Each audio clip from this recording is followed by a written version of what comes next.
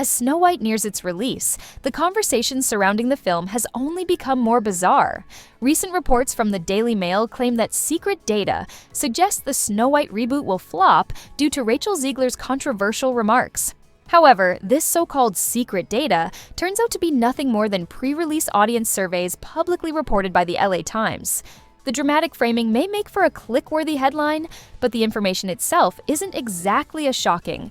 Revelation. This kind of sensationalized reporting happens on both sides of the conversation. For example, after Novocaine topped the charts for the worst box office weekend of the year, earning just $8.7 million, many industry insiders were left stunned. Sure, it was a low-budget film about a pathetic man, so it wasn't exactly set up for blockbuster success. However, considering it featured one of the main actors from The Boys, Hollywood likely expected it to perform far better than it actually did.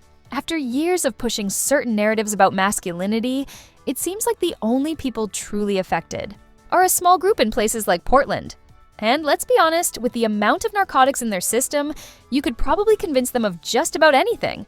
This carpet has feelings? Sure, why not? But looking at the current state of the box office, theaters are now desperately counting on Disney's Snow White to salvage what has been a string of miserable weekends. When an actor from the film is openly admitting that Disney is pivoting out of fear, that's probably an understatement. Snow White is a massively expensive movie drowning in controversy, and in response, Disney has been shutting down premieres, red carpets, and interviews to minimize damage. The actual premiere event itself? It looked incredibly scaled down. The red carpet was placed in front of a couple of promotional boards, oddly sponsored by Miracle-Gro. Yes, a fertilizer company. When your multi-million-dollar film is partnering with a brand best known for soil, it doesn't exactly scream prestige. The whole setup looked like a cross between a cheap circus and an event inside an aircraft hangar. And the weirdest part? There were stilts. Lots of stilts. Random people walking around on them trying to add some kind of spectacle. But the real show stealer wasn't the actors, the set design, or even the marketing. It was a rabbit that casually hopped onto the red carpet and started posing for pictures.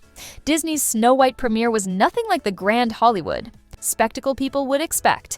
Instead of a glitzy red carpet event, it was more of a low-key pre-party followed by a simple screening. No major celebration of Disney's first ever animated film adaptation, just a quiet, controlled gathering. And why? Because Disney is afraid of backlash. The event itself was carefully PR trained, focusing on broad societal representation, a stark contrast from the toxic racist accusations that had fueled controversy before. However, even some of the actors involved tried to play both sides. One cast member in particular attempted to appease Disney by saying, if you're going to CGI the animals, you might as well CGI the dwarves too. A strange statement, considering the film is called Snow White and the Seven Dwarves. His reasoning? It just makes sense to make them all the same size. But hold on, do we all walk around seeing people as the exact same height? That logic is flawed at best. Some even compared it to outright offensive stereotypes, sparking even more debate. And let's be real, finding 7 talented little person actors isn't impossible. Hollywood has done it before. The real reason behind these comments? He's angling for a Marvel role. He even said, I've been waiting forever for Marvel to write something for someone like me, instead of always casting beautiful guys like Chris Pratt. Translation, make room for someone who doesn't fit the Hollywood mold, like me. Now, here's the thing. Heroes and heroines in films are supposed to be idealized versions of humanity. That's part of why audiences gravitate toward them. It's not about excluding regular-looking people. It's about creating aspirational figures. Saying, let's just cast normal people so I can get a job, isn't exactly a compelling argument. Meanwhile, Rachel Zegler's transformation has been fascinating. It's reminiscent of Brie Larson's journey, where the narrative shifts, but the person doesn't. She's starting to see through the industry and the media's spin, much like Neo waking up in The Matrix. The more this unfolds, the more self-aware she seems to become. Rachel Zegler finally breaks silence on Snow White controversy? Kind of. Well, not really. Instead of addressing the backlash head-on, she dodged questions entirely while making her way through the airport. When TMZ asked her how she felt about Snow White finally hitting theaters, her response was simple. It's wonderful, thank you. A standard PR-friendly answer. Nothing more, nothing less. Then came the real question, the one reporters always use to bait a response. What would you say to those who are over-critiquing the film? See what they did there? The question already assumes the critics are in the wrong. It's a leading setup, pushing her toward an expected response. Don't worry, Rachel, we're on your side. We know those toxic fans are wrong. What do you think? They practically handed her a softball, hoping she'd lash out, defend herself, or throw shade at the critics. Instead, she ignored it.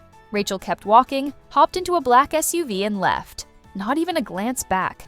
Maybe, deep down, she's starting to see through the game. This is what I mean when I say Rachel Zegler is like Neo in The Matrix. She's starting to believe. Believe what? That the journalists aren't her friends. They agree with her ideology, sure, but at the end of the day, they're still opportunists. They'll build you up, then tear you down the moment it benefits them. It's the Darth Vader effect. Turn on your own when it suits you. It's the crime boss mentality. Use someone, then discard them. In that world, there are no real allies, just temporary partnerships. And Rachel might finally be realizing it. It doesn't matter that she and the media share the same ideological stance. They have no loyalty to her. The second it benefits them, they'll turn on her without hesitation.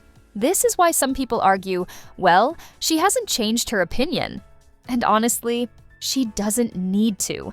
At the end of the day, cultural dominance isn't about changing minds. It's about making the opposing ideology too expensive to maintain.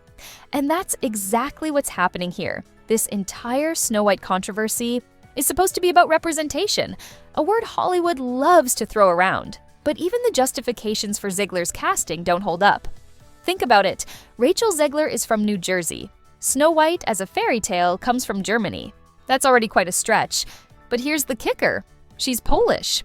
That would place her just 42 kilometers from Germany compared to the 6,200 kilometer distance from the US. See the irony?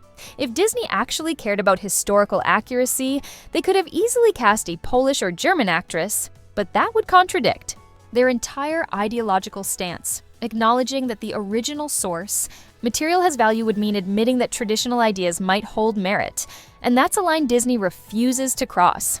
But hey, don't worry, the premieres that didn't get canceled still happened. And according to the die-hard Disney fans, Snow White is absolutely perfect. I literally can't even begin to even my evening. With a statement like that, it's clear we're dealing with some of the finest minds of our time. Truly, the intellectual elite of film. Critique? Sydney Watson summed it up best. A few hand-picked individuals who got early access to the film are leaving glowing reviews. Groundbreaking. But what happened next? Even more revealing. See, the reason you're looking at a screenshot and not a live post is because, well, that post doesn't exist anymore. Why? Because the person who was so confident in their take